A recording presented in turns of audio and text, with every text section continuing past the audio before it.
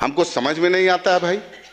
आप बात करते हैं गरीब की झोपड़ी जो उसको ढहाने की, कहीं ऐसा कुछ नहीं होगा। सरकार गंभीर है और सरकार पहले से तय कर चुकी है, जिन गरीबों के पास अगर जमीन नहीं होगा उसको जमीन दिया जाएगा।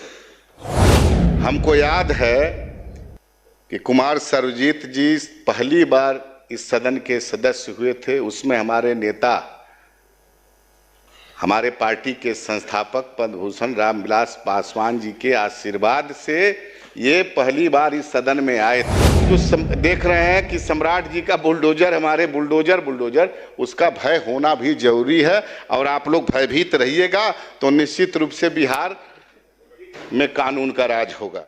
हम दिए हैं हमारे सदस्य। अध्यक्ष महोदय, आपने हमको बोलने का मौका दिया, इसके लिए बहुत बहुत धन्यवाद। और साथ साथ मैं जिस विधानसभा गोविंदगंज से चुन के आया हूं, वहां के देवतुल्य जनता का और वहां बाबा सोमेश्वर नाथ की कृपा आशीर्वाद से मैं सदन में पहुंचा हूं और अपने नेता आदरणीय चिराग पासवान जी को आशीर्वाद से, उनके नेतृत्व में।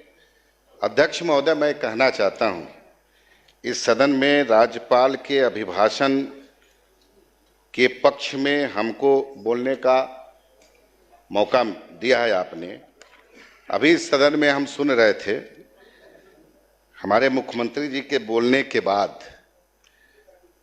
नेता प्रतिपक्ष के स्थान पर हमारे भाई माननीय कुमार सर्वजीत जी बोल रहे थे। हमको याद है कि कुमार सर्वजीत जी पहली बार इस सदन के सदस्य हुए थे, उसमें हमारे नेता, हमारे पार्टी के संस्थापक पद्म भूषण रामविलास पासवान जी के आशीर्वाद से ये पहली बार इस सदन में आए थे। तो हमको बड़ा अच्छा लगता कि ये हमारे संस्थापक पद्म भूषण रामविलास पासवान जी के प्रति भी थोड़ी कृतज्ञता व्यक्त कर दिए होते तो बड़ा खुशी होता सर्वजीत जी से। लेकिन ये लगातार सरकार की नीति, अरे भाई, सरकार 20 साल से माननीय मुख्यमंत्री जी के नेतृत्व में काम कर रही है और देश में ऐसा मुख्यमंत्री, हमारे माननीय मुख्यमंत्री जी हैं जिनकी लोकप्रियता दिन प्रतिदिन बढ़ रही है और जनता ने उनको हमेशा आशीर्वाद दिया है। और जनता है, लोकतंत्र की मालिक बिहार की जनता है। और सब 5 साल के बाद जनता जनार्दन के दरबार में आप लोग हमेशा वहां पे मुंह के खाते हैं, अब फिर भी ज्ञान नहीं करते हैं कि कैसे मुख्यमंत्री जी और हमारे, अभी तो आप लोग, हमको लग रहा है कि मुख्यमंत्री जी की जो सुशासन का राज है उसके हिसाब से हमारे देख रहे हैं कि 2 डिप्टी सीएम, हमारे आदरणीय डिप्टी सीएम सम्राट चौधरी जी से ज़्यादा भयभीत दिख रहे हैं।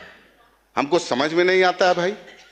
आप बात करते हैं गरीब की झोपड़ी जो उसको ढहाने की, कहीं ऐसा कुछ नहीं होगा। सरकार गंभीर है और सरकार पहले से तय कर चुकी है, जिन गरीबों के पास अगर जमीन नहीं होगा उसको जमीन दिया जाएगा और उनको घर भी बना करके दिया जाएगा।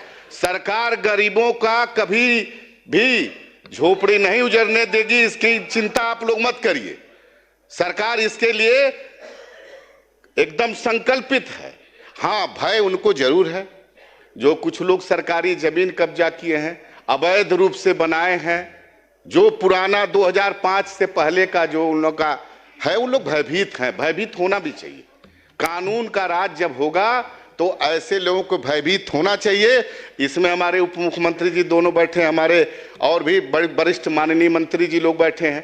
तो आजकल मीडिया में जो देख रहे हैं कि सम्राट जी का बुलडोजर, हमारे बुलडोजर, उसका भय होना भी जरूरी है। और आप लोग भयभीत रहिएगा तो निश्चित रूप से बिहार में कानून का राज होगा। महोदय, मैं देख रहा हूं कि पहली बार इस सदन में हमारे नेता तेजस्वी जी, नेता प्रतिपक्ष, हमको लगता है कि ये पूरा अपना चुनावी घोषणा पत्र है। अभी हमारे सीनियर हम लोग के आदरणीय मंत्री जी बोल रहे थे कि पता नहीं किस नियमावली 89, ये पूरा घोषणा पत्र है। अरे भाई, ये घोषणा पत्र को अभी जनता जनार्दन ने विधिवत रूप से खारिज कर दिया है। जनता मालिक है, ये समझने की आवश्यकता है। प्रधानमंत्री जी बोल चुके हैं, आप लोग कभी बिहार के मुद्दे पर, बिहार वासियों के मुद्दे पर कभी अपनी बात नहीं रखते हैं। और बिहार में काम आप देख लीजिए, किस क्षेत्र में जहां भी जाइएगा काम हो रहा है। मुख्यमंत्री जी के नेतृत्व में डबल इंजन की सरकार है। कभी देश में 1 एम्स 2 एम्स होता था, आज बिहार में 2-2 एम्स हैं। आज कितने मेडिकल कॉलेज हैं? हमको लग रहा है कुछ जिला बचा हुआ है जहां मेडिकल कॉलेज नहीं बन रहा है, सब जगह बन जाएगा। बिजली व्यवस्था, हम आपकी बात, आप अपनी बात रखिएगा। बिजली की व्यवस्था आप वो दिन याद करिए बिहार में, अरे गांव की बात तो छोड़ दीजिए,